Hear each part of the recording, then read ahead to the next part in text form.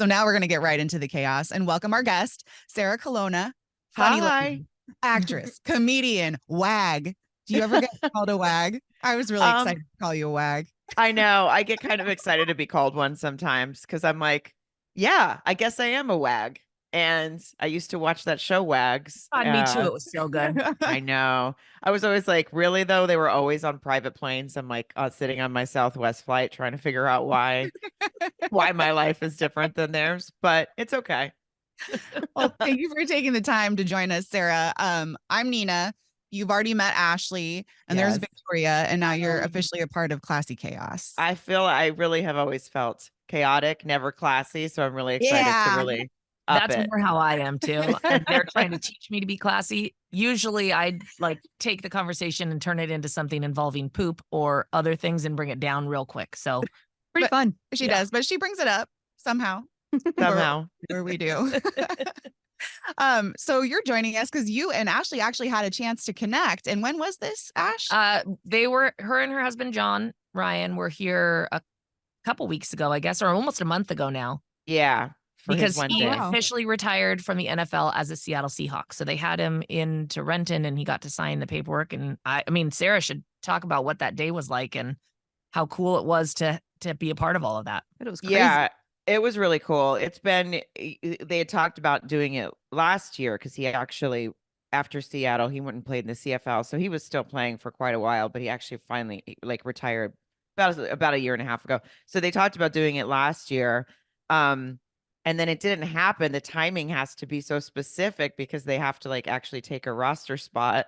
So they have to do it in this little weird frame and it didn't happen. So I think there was a little bit of oh no, is it not going to happen? Because he was so honored that they were going to do it. So when it actually came and happened, it was just, he was over the moon. It was just such a cool day. It's so official. You go in and actually sign a contract and this guy that I'd never met before, their business guy or whatever, just shakes his hand. And I looked at Jon and I was like, wait, is that it? This is so weird. And then they did the ceremonial part where he sat with John Schneider and they took the photo. I was like, oh, okay, this is, because I was like, if that was it, it's great, but it just felt so weird and sort of business-like. And then all of a sudden it got very personal and sweet and everyone in the building was cool. And obviously John Schneider came down and they took photos and he signed it. And it meant a lot to him for sure. And then we went to Dino's and got real ripped. I mean, that's really where the fun begins, right? Yeah. That's what the celebration is. I mean, I was going to say, for you, you're also emotional support. So, I mean, I guess Dino's part probably let you guys unload a little bit. Yeah, I'm an emotional support wag. That's my actual So you can go on planes, you can go into grocery stores, you can go anywhere. I mean, honestly, Sarah, I know you from Insatiable more than I know you as a wag, but wag is a very exciting term. I love that you know me from Insatiable. That was one of my favorite jobs I've ever had. It was completely insane. Yeah, it's a wonderful show. If you haven't seen it yet, I highly recommend it. But for you, you wear a lot of hats, don't you? So other than wag, you have your own businesses and you're still doing comedy and acting. Yes, but on all ends. Obviously last year there was not much going on in the acting side due to the strikes, but now and it's taken quite a while for them to get back to normal because it was everything that was shut down and then they had to redo that and things just got, and then they were just airing stuff they'd been banking. So now it's actually picking back up and I've been reading for a lot of stuff. So hopefully, working on that soon, but I've been touring with stand-up still pretty constantly. So it's been good. I have gone to see Sarah's show, I think twice, and she's hilarious. First of all, you're laughing from start to finish. I believe it. I will say, I think one of the coolest things about it though, is the dynamic that Sarah and her husband, Jon, have, in that he will go up there and hype her up and, just pump her up. So it's they do reverse roles for each other. You know what I mean? When he was playing, she's there at the games, cheering him on. And then he's there, being a part of what she's doing. And it's just a very cool, awesome relationship. Emotional support each other. Yeah. No, thank you. That's true. Yeah. It's especially in when we perform in the Seattle, Tacoma area. Yeah, he'll actually host the show usually. He doesn't do it anywhere else because he's it wouldn't work anywhere else. I'm just comfortable in front of the people that know him there and all that stuff. And it's always really fun to get to do that together.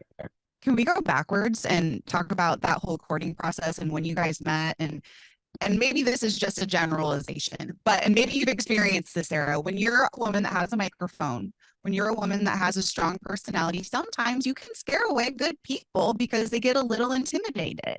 And so Yes. for him, he had to be brave to be able to be like, all right, I'm gonna get this girl. Like, how did that like all work and how did you guys meet? Yeah, he really pulled his card, pulled pulled it out. It was during, it was like right before the Super Bowl, the good one.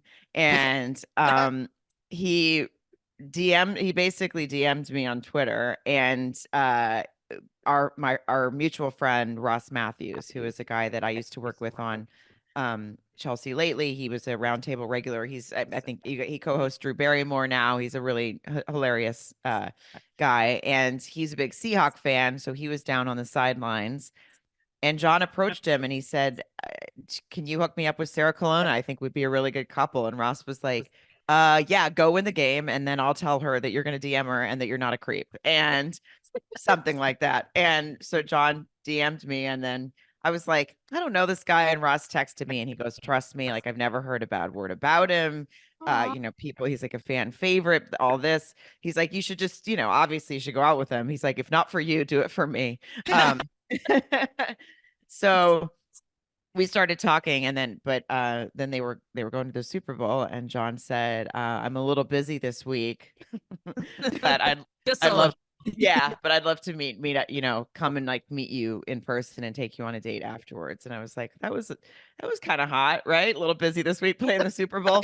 So and then after they won, because we were talking quite a bit, just back and forth texting, but hadn't met in person. But after they won, he immediately texted me like a photo from the locker room with the trophy. And I was just like, oh, this guy, like he could be texting anyone he wanted right now. I mean, I'm not priority. And so I thought that was kind of a good indication that he wasn't, that he was serious about, really making me a priority. And then he came to LA and we went on a date, and we had sex on the first date, and then we got married. Yeah. Yeah.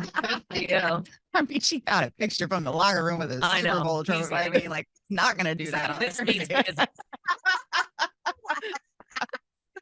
Love the honesty. That's what I'm talking about. I mean, like, do you think that you knew at that point too? You're like, oh, all right, this is gonna be something. I did, yeah. Because at first I was, I mean, your traditional things kind of go through your head, like, oh, athletes, and they're always Right. traveling, and I don't know, just the stereotypical stuff. Are they going to be faithful and all this? And he caught me right away. True. I mean, obviously he's super attractive. That wasn't lost on me, but he caught me with his sense of humor pretty quickly. In our text exchanges, I was like, oh, this guy has quite a personality. He's really funny. And I don't think I've met anyone more, like you said, Ashley, like just on my side and in my corner, and funny, and like so loyal, and just, we just have a good time together. On the side of him being supportive and all of these things, as a WAG, you saw a need in the market for people to not have to take clear bags into games, because let's be honest, like as a woman, the last thing you want to do is show the world your tampons and whatever else you've got to bring in there. And at the time, that was like they'd gone through new NFL regulations and stadium regulations. So all you could bring in was clear bags. So Sarah, being the genius multi-hat wearer WAG that she is, sees this hole in the market and creates Clutch purses, or Clutch for Women is the brand. And how did you approach Jon and say, hey, I have this idea? Did he participate in that at all? Or was it just you running with it? Like, how did that come about? So it truly started because of I was going to the game with just a big giant tampon, and I was like just sitting in a clear bag, and I was like, this is so, there's got to be, because the rule obviously allows for non-clear if it's the right size, has to be 4x5 by 6x5. And those are hard to find, and the ones you could find are like usually not even that size, or smaller, and they don't fit anything. So I did talk. I mean, I told him my idea. I was like, God, because I happen to have a friend who works in the fashion, and she's good friends with a woman who has her own line of purses called M. Andania, and they make them here in just in Burbank, California. She's got a little factory. So I talked to her because she designs her own bags. And I mean, I talked to Jon obviously about it. He was super supportive of it, but it was really through meeting with this purse designer, and she and I told her what I wanted to do, and she helped me design it because I don't know how to do anything like that. And we actually got a design patent on it, which was really cool and kind of hard to do for a purse. So it was really working with her, and you know, I thought it would be really great to have them made in the US and made of quality material and something that'll last through all the sports, you know, rain and the snow and the because if you don't want to spend money on a nice purse and have it ruined. So it's like we spent a lot of time making sure they were quality products. So I should do a code for your listeners. So I'll do oh, that'd be awesome. Yeah. Awesome. Yeah, I'll do classy 15. So classy 15 for 15% off. And it's Okay. clutchwomen.com. Yeah. Yeah, I will say the cool thing about Clutchwomen.com. these purses at clutchwomen.com too is you can get them in team colors. I have the black one with the gold strap, so I can use it for games. I can use it when I go out, everything. And so it's like multifunctional. I love that. Yeah. Wow. Honestly, you're since they started, you know, so many stadiums are having concerts, right? So I've found a lot of people are going for the solid one because they use it for the game and then they can use it to go like Taylor Swift and Beyonce. Thank you for your tour last year. I sold a ton of bags for people going to stadium concerts because they don't want to ruin their cute outfit with a clear ass bag, right? Like, yeah, you just feel like an idiot. Yeah. I get scared that people are gonna like steal my identity because I have like my ID and my credit card and all that stuff in there, and like you can see it. So yeah, creepers always with eyes somewhere, and like honestly, this is triggering me a bit because I wish I had your clutch back in the day because it was the World Series, not the World Series, All-Star game last year. The All-Star game was here last year, and I had a really cute little fanny pack that was small and I thought would work. They confiscated my bag. What? Because it was too big to bring into the game. And I was like, okay, well, can I get it later? Like, what are you going to do with it? They like donate these bags and they just like go off into oblivion and you never know where they are and they're just gone. That sucks. And it's crazy because you think it's going to be, you're like, oh, this has got to be the right size. It's no, like they measure it. It's got to be that exact 4x5 by 6x5. And I don't know where yours is, but may it rest in peace. I hope somebody somewhere is enjoying it. But you did the measurements for us, which takes the thinking out of it, which is thank you. So classy 15. That's what we said. Classy 15. Clutchwomen.com. I wrote all that down. Okay, good. Okay, cool. So we were gonna forget, so just in case. Can't forget. We need those references. Yeah, we do. Thank you for bringing that up, though. Yeah, by the way. Yeah. I was gonna say because obviously Nina has just started a business. I have. Yeah, I started a skincare business, but amazing. Thank you. Yeah, it is really exciting. It's a culturally inspired one. I'm half Persian, and so I kind of leaned into, you know, culture in doing that. But I don't think anybody realizes, and maybe you have connections, so maybe it was a little bit easier. But I mean, just starting a business and it being your baby, it becomes such a personal thing more than it is just putting out some product. Like it's really, you know, kind of something. Like when people say bad things about your clutch, do you feel bad about it? Because I do. Oh, totally. I mean, I remember just people giving you advice and they have no idea really like what you. And I understand, you know, feedback and whatnot, and I do love it. But when it's like, oh, you missed a huge opportunity for the logo. It should have been, you know, like I have a blue and gold, blue and oh my God, a green, blue and green one for the Seahawks. So she's like, you should have put the Seahawks logo. I was like, oh, should I have? And then gotten sued by the NFL. Is that what I should have done? But thanks for your awesome advice. Yeah, thanks for your advice. And of course, for the most part, the price point is totally reasonable, and I don't hear a lot about it. But they're like, that's pretty. It's small for, you know, to spend $100, and I'm like, well, I make it in the USA out of really nice material. Like that's how much it costs. It's not, you know, and a lot of feedback on that stuff is always kind of fun you got to take it for what, but it's sometimes some comes across and you're like, okay, I didn't really actually, that was helpful feedback. Right. And when it's not, you just go, yeah, well, you start your own business and figure out how that works. Like tell them to fuck off. Nobody knows what they're doing when they start. Okay. We figure it out. Yeah. Yeah. And then I always find too, it's just talking to other women that have started businesses. I mean, people, but for me, I find a lot more inspiration from women that do it because it's just a different path. Like it just is. And your support system really matters. So I think that's really cool.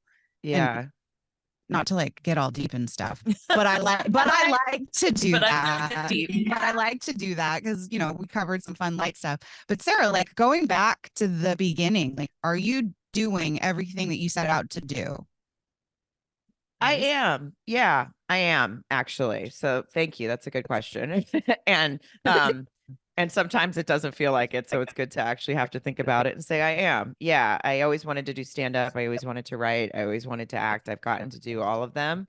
You know, as with any career, there's ups and downs where you feel like, okay, well, what's next or what's coming next or whatever. So I just try to, like, for me, especially say during the strike last year, a lot of people were just that acted for a living. And I think people forget, oh, of course there's your Jennifer Anistons and whatnot who can take a year off and it'll never make a difference to her bank account that much. But 99% of actors rely on working constantly, you know?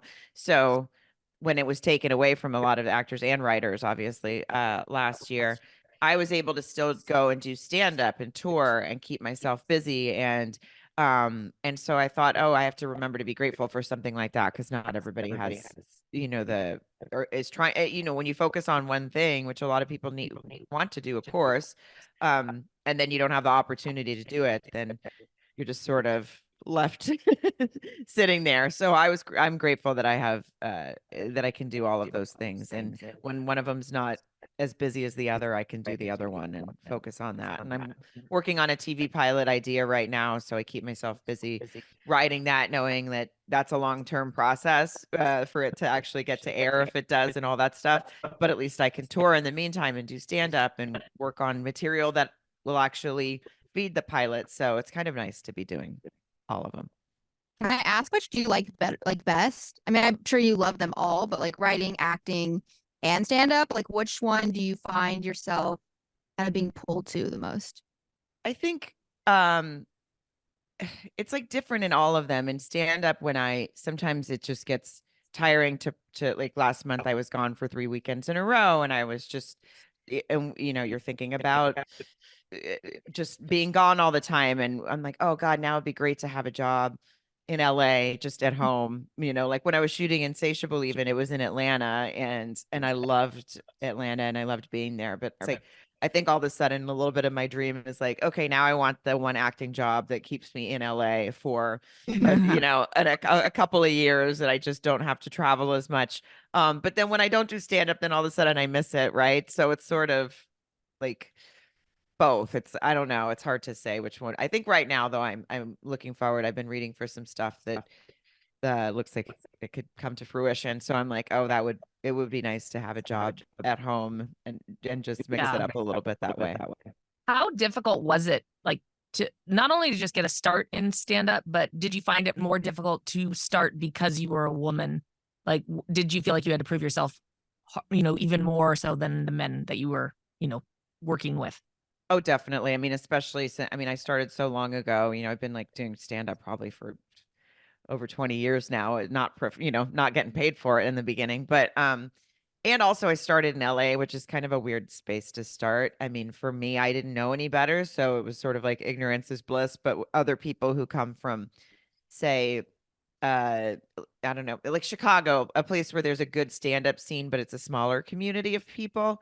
So they have more opportunity to get on stage and support each other and whatnot. And in LA, it's like every man for themselves, and you just doing all these open mics. And yeah, and it definitely always felt this, especially then, it was like, oh, here comes the girl on stage, right? Like, yeah. You It's already bad. It's better now. better and better so that they take you like legit as a Yeah. comic. Yeah, exactly. I think women are funnier though, just also probably because I relate. Yeah. You know, Right? it's always the relatability is the part that gets you, or at least for me personally. Yeah, no, I definitely think the relatability is a big factor. And that's why, and you know, when I started doing Chelsea lately, it was like that was really what catapulted so many stand-up careers, that all of us that were on that show were working, but we weren't as well known. And then that show, you know, much to Chelsea's credit, had 3 comics on a night, and then people started going to see us all live and amping up our headlining career. And I think at first it was like, because that was a very female, you know, driven fan base. And I think the biggest compliment to me was once that show was on for a couple of years and the husbands had been dragged to see us live, then they started coming on their own, or they started coming with their friends. And I've heard a lot of men have been like, you know, I find your comedy relatable too. So that has been cool to see. That is really cool. Do you think part of your versatility and being able to do all of this stuff kind of comes from the grind of not getting paid in the beginning and always finding that you have to figure it out no matter what? Definitely. Yeah, I think so. Because there were times like when I first started getting work, I was working on this hidden camera show called Scare Tactics. And we would just scare the shit out of people. It was a actually very enjoyable show to work on. And it's on something, because I get people messaging me. I think Netflix, somebody has it. I forget. But Fun. yeah, but it's like Victoria's like, I know what I'm watching this weekend. yeah, it was really fun. At the beginning, it was Shannon Doherty hosted it, so she was on the gigs, and then when it aired, she couldn't be on them anymore. But then, and then it was Tracy Morgan hosting it. It was a wild show. Anyway, I wow. did a ton of them, but you know, I mean, you'd go to Vegas. Most of it shot like outside of Vegas, and you know, you'd make like a few $100 and go home and bartend. Like I was on the show all the time, but I was bartending, and I remember someone came in and they were like, "I've seen you on that show Scare Tactics. Why are you bartending?" I was like, "Because it's not a steady gig. It's just you're always having to do something else." And it wasn't until I got hired on Chelsea Lately as a full-time writer as well that I actually was able to stop doing anything else. And I was even like, I said to my boss at the time, I said, "I think I'm going to have to just work here on the weekends if that's cool." And he was like, "Sarah, you have a full-time writer's job. Go do it. I don't want you here anymore. Like, go." And I'm like, "But what if?" He's like, "No more what ifs. Like, just get out of here." He's like, "If shit falls apart, I'll let you back. But no, just go. You're not coming here on the weekends." I was like, "Okay." So He's like a mama bird just pushing you out of the nest. yeah, totally. Yeah. But your mind always goes to like, how long will it last? Can I do it on my own? And so I think that is why it's I try to do everything I can, you know, all the different jobs and see which one works. I mean, we were just having this conversation, and you know, there's that saying that it's like, you know, do what you love and the money will come. And I've been doing it. It ain't happening. what it was like, do what you love and be willing to do whatever it takes to do what you love. Yeah. And then the money will come. Okay. So it's not just do it. It's like, you've got to do whatever it takes to make sure that you survive, I guess. It was this to whole make article. sure you survive. Yes. It was this whole article that was Not titled thrive, just survive. Survive. But the article was like, advice you should stop listening to in 2024. So it was one of those things. So Yeah. But it kind of reminds me of this conversation because I have it a lot, you know, with a lot of people. When you've got a passion or a dream, you just got to kind of throw it out there. So, well, I would imagine starting a skincare line, something like that is, I mean, it's the same thing. It's intimidating. It's probably like, how do I get the word out? How do I do this? And do I have to listen to people's feedback? And I do, you know? Yeah. I was terrified. We did our first trade show last month. And so it was the first time I was around other peers, like other people that are doing skincare. And I was afraid, like, this radio girl's coming in here, you know, I'm a host. I am a skincare creator, but at the time, like, that was my first time. Did you feel like you were doing that? What is it? Imposter Imposter syndrome. syndrome. Yeah. Like, imposter syndrome was real, but when the feedback was so positive, and I know it works, like when you see people and you get the feedback, or like when you get the laughs and you get the compliments, it's like validation. All right. I mean, we're all human. Tell me I'm great. Yeah. Sometimes you just need to hear you're great. Over and over. I'll never get tired of it. Yes. Please keep telling me. Yes.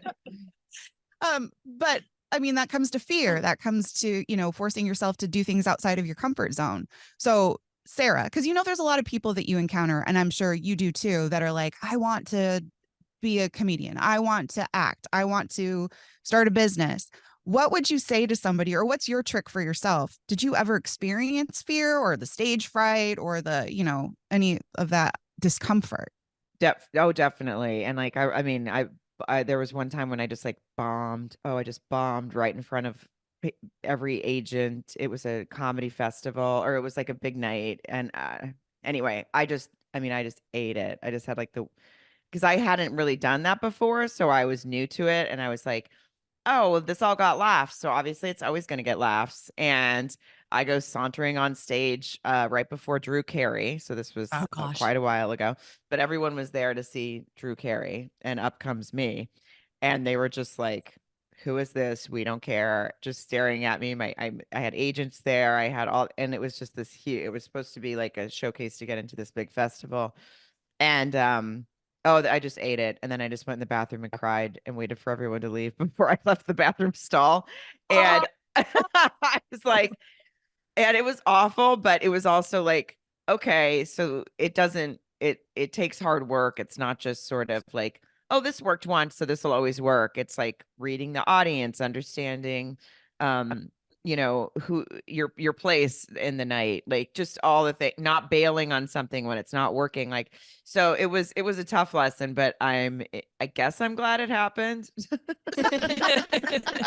If not, I would have been okay. Yeah. Had it not happened, that would have been cool too. But yeah, but I think I've definitely had those moments of fear. And I think for me, anytime someone asks me about stand up and wanting to do it, I'm like, just make sure you really want to do it. This isn't sort of like your friend at your party told you were funny and you should do stand up situation. Yeah. Like, make sure you really want to do it, because it's a lot of work. And to get to a point where you're doing an hour on stage, it takes so long to build material. Like, used to do basically in town, it would be like, oh, you have like a 10 or 15 minute spot and that's it. And it's still really the same way in Los Angeles. And so when you're trying to build material, all you have is 10 or 15 minutes. You're always doing the same 10 or 15 minutes because you know it, and you want to fine tune it, and you want it to work. So it's so hard to build out your set and your material. So it just takes a lot of like work and hustle and getting people to trust you and going on the road with them, or just finding a way to do it outside of your comfort zone. How do you draw your material? Like, where do you draw from? Just obviously like everyday and real life things, but how do you look at something and say, that's something that I need to talk about, or that's something that could turn into part of my routine? Yeah, I think it's funny because sometimes I'll be like, oh, I got to try that on stage. And then I'll try it a couple times and it's like, no, it was funnier in my head, or it was funnier in the moment, but I have found the more stuff that you think about that's just relatable to everybody, but unique to you, which I think is the trick, because then you're not, there's only so many topics in the world, I feel like. So you don't want to be repeating what other people are saying, but so that if you find a very personal viewpoint on something that everyone has like experienced, or like on marriage, obviously I'm married to a punter, so it's not super relatable, but unless I'm just doing shows for punters' wives. And it's a niche audience. Yeah. Exclusive club. Yeah. So finding talking about that, like talking about the oddness of marrying somebody with an NFL career and all that, like I have found that people do relate to it highly, because you're just talking about a relationship, but you're giving a very unique viewpoint, if that makes sense. That makes sense. Yeah. Do you guys have code words, or like like in the safe word? I'm not talking about that kind of safe word, but like when you're around like friends and family and your husband and something happens, and in your mind you're like, oh, this could be a thing, but for them it's like, that could be embarrassing, like I don't want you to talk about it. Like, I don't know, like, is there like a no veto card? Like, no, I feel like all bets are off. John's really good about just whatever. He goes to my shows, he listens to me say things like, I can't believe I have to live with somebody every day, and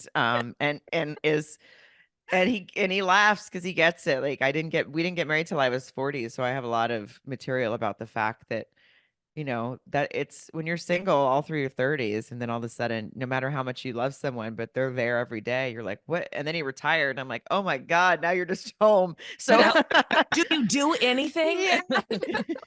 So I do material about that now, and it's been really great. And he takes it all in stride because he knows I love him dearly, and he knows that I also have some issues to work out I on mean, don't stage. He's supportive. He's supportive. yeah, you want somebody to accept you for who you are. Because when you're dating, the older you get, and I love that you brought up that you got married at 40. We do obviously talk about relationships a lot here, and I'm single and 40 and Single-ish. Single-ish. Single, There's yeah. somebody new. We're like dancing in the Oh. water. Goes. That's but fun. I think it is fun, but it's like you don't want to get your hopes up because the longer you've been in the dating pool, you know what the cycle is. You know not to be too excited. Like, you know that I think I want to get married. Like all of those things. Like for you, was that something that you wanted when you met your husband, or was it all just an accident? I think it was an accident. I mean, I was pretty fine either way. I wasn't like once I got maybe in my 20s, I thought I wanted to get married, but once I got in my 30s, I was like, I don't know if I care that much about getting married. And I had lived with someone, and he was like the opposite of John. It was like not supportive. Once my career started going well, we started having problems because he just couldn't take it basically. And he was someone that he wanted to, like, I got a writing job and he wanted to be a writer, but he was pretty lazy. So it was just all these things kind of, I mean, nice guy, but worst boyfriend. So I hear he's happy That's now, which okay. I'm glad Is his for. name Kevin? Just asking. Yeah. How did you know? No.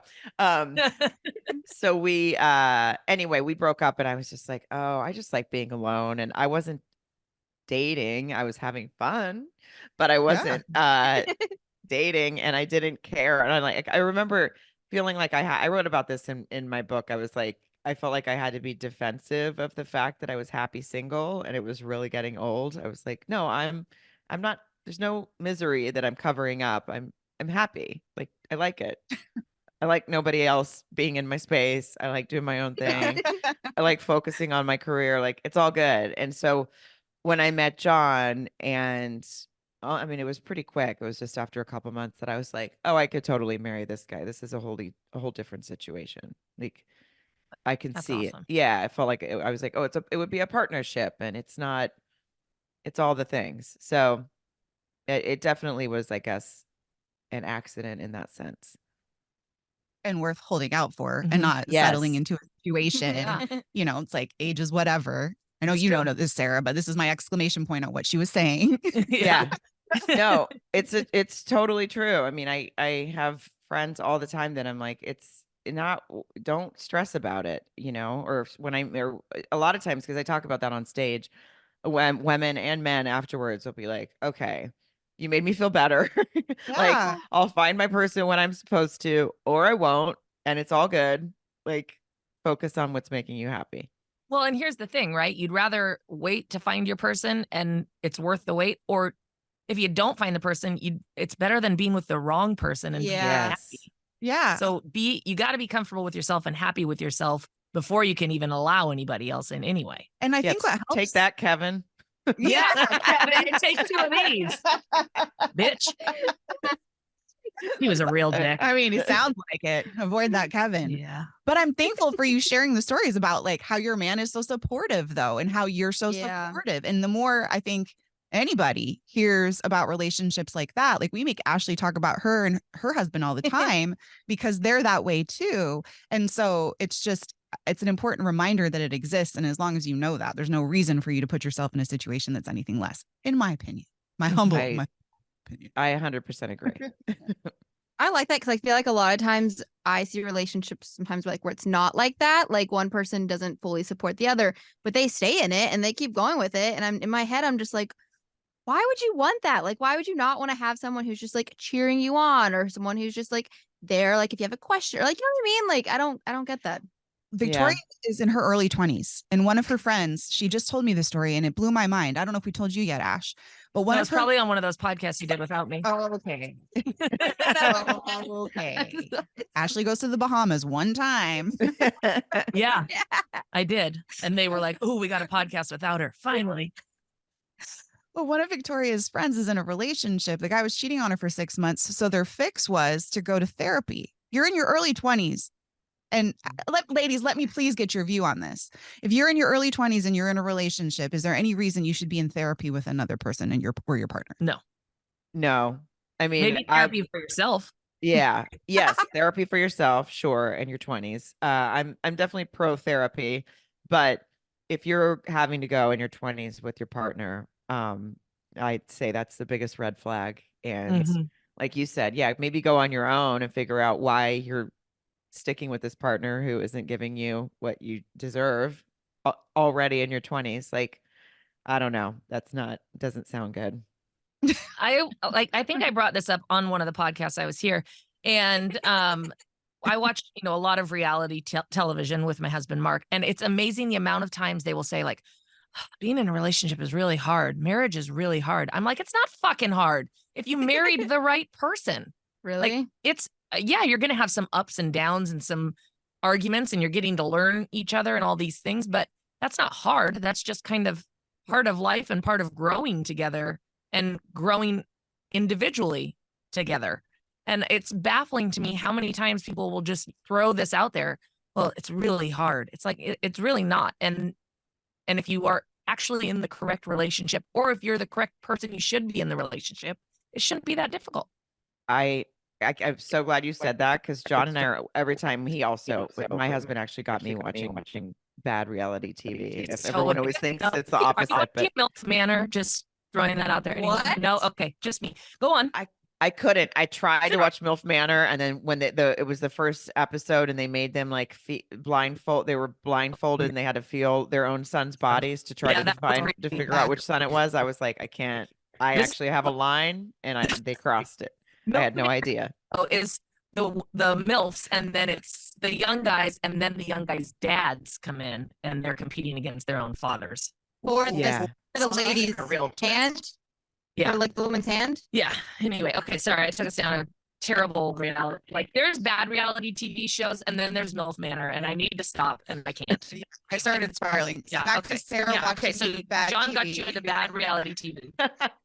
No, but that's I just what you said. Every time we're watching it, and there's this, or just hear anyone talking about it, like, marriage is just so hard. I'm like, okay, then you're just not. I mean, I understand people have struggles with, like, especially when I know we don't have children, so I understand that can be an extra weight on marriage and all that. I mean, I understand things happen, but just the idea in general that marriage is so hard and it's always work and it's always this, then I'm like, I feel like your marriage isn't that great. Yeah. Yeah. Like, yeah, you're going to have your ups and downs, because we're all humans, and we're going to have our own ups and downs in our own lives. Right. Yeah. So now you're trying to navigate it with this other person who might not always be on the same page as you, but that's part of the relationship, right? Is figuring it out. And I don't know, something about that phrase, marriage is so hard, just triggers me every time. I'm like, it can be work, but it's not like, you're not taking the SATs. Yeah. I'd rather you have that response, though, versus the group of people that are like, oh my God, I know it's so hard, huh? Like, I hate when my husband does this, or, oh, he's so lame. It's like, but don't you want to do him? Like, don't you want to call him to his pants off? Somebody just like him love me? Yeah. Yeah. I don't know. Yeah. I do have one question. Please. You mentioned briefly, and I was going to ask you this before you mentioned it, but your book. So you've written 2 books. Yes. Yeah, Sarah, what haven't you done? I know, right? So my question is, has anyone seen my pants and the blow? Life as I blow it. Life as I blow it. I was like, now I'm blanking. So is there plans for a 3rd book? I think yes. My book agent keeps asking me that, and I'm like, yes. And it's another one of those things where I've been like,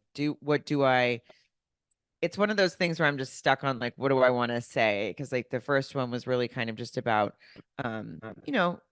moving out to California and trying to do, like, chase my dream, basically. And then and Has Anyone Seen My Pants was really like a lot, mostly about dating in my 30s and juggling, like, feeling happy with my career and what I was just talking about people basically not believing me. And like the lonely moments. Like, I wrote a whole chapter about having to put down my cat. And there was like that one moment where I was like, okay, I do kind of wish somebody was here doing this with me, because this sucks, all those things. So anyway, like you said, bringing it down. I like to bring it down too. dead cats. Well, let's not puppies out of this. But no, but now I do think there's a good, it's also kind of the idea that I'm working on with my TV pilot, but I think they could go kind of hand in hand of just talking about getting, stories about being married in your 40s and the different challenges, but not the marriage is hard challenges, just the like sort of personal and the wins about it. So I do think I'm working on it. I should Okay. just, All right, good. Yeah. How hard is that putting a TV pilot together and then getting that pitched and like going through all those steps of putting a whole like just one episode together and then taking it to people and being like, hey, do y'all think this would be like cool? Oh, it's awful. It's like I've done it. I sold my first book as a pilot 2 years in a row, actually. It never made TV, but I wrote the pilots, and it's hard to even get that far. But the pitching process is just, some of them are it's great, but it's kind of like you kind of have to rehearse it, and you sit down in front of all these executives and you just pitch this idea, but you do have to rehearse it because you want to make sure you're telling this story that you want to tell in this short window that you have. So how it used to be is like you would just go basically from like ABC to CBS to NBC. Like you would basically do them either in the same day or a couple days in a row, and you would just feel sort of like this hack almost. You're just like, oh God, I'm telling this like rehearsed joke, but they're hearing it for the first time, and but it was it also depended on what time of the day you got there, because back, like, things have changed now with streaming where people are hearing stuff year round, but it used to be just like June and July, and then they would start buying things in like August, September, so that they could start shooting them in January and February. Like it was a very, very specific cycle. So with streaming now, it's like you can go in at any time. Like we actually probably will go in June with this one, but you could go in at any time. And so that back when it was like just these networks, they just were hearing things all day. So you just felt like the exhaustion on there. Like, even if I remember after I left one and they called and they were like, we want to do it. I was like, really? Because one guy fell asleep. Like, are they sure? Did they call the right? Like, are they mixing me up with someone else? And they were like, no, they loved it. I'm like, well, you could have fucking fooled me. I mean, yeah, seriously. How do you leave that knowing, oh my God, you fell asleep? Like, are you crushed? I'm getting wasted right after that. Yeah. She's 6 margaritas deep. She's like, whoa, really? Okay. Oh, I was just like, wait a second. Are we? So yeah, I learned that you can read the room on stage, but you really can't read the room with network executives, because you can walk out of there feeling like you just nailed it, and they're like, no, thank you. And or you can walk out of there being like, I think somebody fell asleep, and they're like, we loved it. So it's just you have no idea what's happening. When you do those pitches, is it like, are you pitching like a whole season? Like, here's where I want it to start. Here's how it's going to go. Are you pitching like, here's the whole idea for the whole series, however long it goes? Like, what is it? How much of the actual show do you have to have planned out ahead of time? It really depends. And I know there was a while where with I think it was Netflix that they were really having you basically lay out a couple seasons. For the most part, it's sort of I'd say the standard, really, at least I felt, has been here's the characters, really, really flush out the characters well so people can picture them and see them. And then the storylines kind of become more obvious as you do that. So then, and you pitch like the pilot idea, and then here's a few example episodes. And as the season goes on, we'll see these characters go through this and that, but you don't necessarily have to have like start to finish exactly what's going to happen. But by the end of the season, this happens. But I also think the more clear you can be, the better. But also, obviously, once something like that, once it gets on the air, I would imagine people would probably be surprised to see how it started, or what the idea was, but it kind of takes on a life with the writers that get hired, and then things change and storylines change. Interesting. It is so interesting. Well, good luck with the new project and the new stuff that you've got going on with that in June. I know. Thank you. Well, we'll see. Hopefully. Yeah. Thank you. Thank you so much for taking the time to talk to us about all of the things. But before we let you go, I do want to ask you this, because you put yourself out there on a regular basis. You share so much of yourself all the time. What would you say, like, I don't know if it can be a phrase. It doesn't even have to be a word, but like a life motto, because you do embody this sense of ownership of who you are and what you're trying to leave in a moment. So for you, as you go about your day to day, like what would you say like your motto is? Happy hour. Mine too. Cheers. Like you could always have happy hour no matter how stressful it gets. No. I don't know. I guess just like perseverance, just knowing if something's not working, to keep at it, and if it's not, and I hate to say being grateful, but because it sounds so lame, but It's true though. yeah, just because I have to remind myself that sometimes, like I said, if I don't feel like something's not going a certain way, I'm like, but look what I have, so okay, if that thing doesn't work out, it's okay. So I think those two things are what keep me kind of going. I Nice. love it. I love it. Thank you. Also, Sarah, I want to send you some of my face oil. Is that cool? Yes, please. Please. I was yes. waiting. I was like, I mean, we set you up. I didn't want to ask, but I thought I was like, I was gonna text Ashley after and be like, let me see this product, I was gonna send you a text and be like, don't worry, I'm getting you some. No, Yeah. I'm sending it to you. It's the Persian tea oil. We have a full set coming out in September, but I'll send you the oil first and I'll send you the 1, 2, 3 when it's out. But yeah, Amazing. it's and it'll have a whole little thing. So Smells very good too. you just I have to can't wait. tell us what you think and honestly. Okay, will do. And if it's mean, she'll just tell you to fuck off. Yeah. You see this clutch? Yeah, exactly. Oh my God. Sarah Colonna, again, the Clutch website though, because we get 15% off with Classy 15 is, Clutchwomen.com. and then to follow you on all of the places. Yeah, Sarah Colonna 1 with the number 1 at the end on Instagram because someone got there first. Bitch. Yeah, and same on Facebook. It's just Sarah Colonna on Facebook, and then sarahcolonna.com has all my tour dates and links to my books and everything else. So COLONNA. Awesome. And next time she's in Seattle, happy hour. Yes, yes, definitely. Yes. Okay. In the meantime, stay chaotic, but keep it classy. Got it right. All right. Good. Pressure. Sarah was here. Thanks, guys.